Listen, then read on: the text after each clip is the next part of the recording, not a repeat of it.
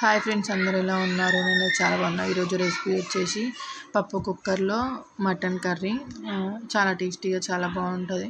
First అయితే మనం 2 లేదా 3 స్పూన్స్ అయితే ఆయిల్ వేసుకోవాలి. ఆయిల్ వేసిన తర్వాత ముందుగా కట్ చేసి పెట్టుకున్న ఆనియన్స్ వేసుకోవాలి. ఆనియన్స్ బాగా ఫ్రై అయిన తర్వాత ఈ మటన్లో గ్రేవీ కావాలంటే ఆనియన్స్ బాగా రోస్ట్గా అవ్వాలి. రోస్ట్గా అయిన తర్వాత దాంట్లో 1 స్పూన్ పసుపు, 1 స్పూను అల్లం వెల్లుల్లి పేస్ట్ వేసుకొని బాగా ఒకసారి కలుపుకోవాలి.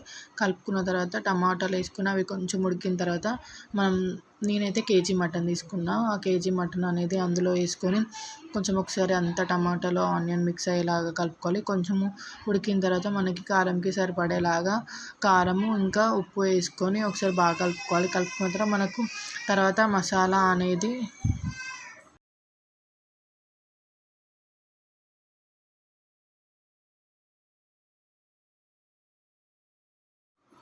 ధనియా పౌడర్, మసాలా వేసుకొని ఒకసారి బాగా కలుపుకోవాలి. కలుపుకున్న తర్వాత మనకు గ్రేవీకి సరిపడేలాగా వాటర్ వేసుకోవాలి. ఎంత గ్రేవీ కావాలంటే అంత. మనం పప్పు కుక్కర్లో పెడుతున్నాం కాబట్టి కొంచెం వాటర్ ఎక్కువ వేసుకుంటే మన గ్రేవీ అవుతుంది. ఇంకా విజిల్స్ అనేవి ఒక 5 విజిల్స్ అలా పెట్టుకుంటే మనకు మటన్ అనేది ఈజీగా ఉడికిపోతుంది. లాస్ట్లో వాటర్ వేసుకొని నేను కొత్తిమీర అయితే వేసేసి మూత అయితే పెట్టేశాను. కొత్తిమీర కొంచెం నాన్ వెజ్ కదా, కొంచెం ఎక్కువ వేసుకుంటే టేస్టీగా బాగుంటుంది.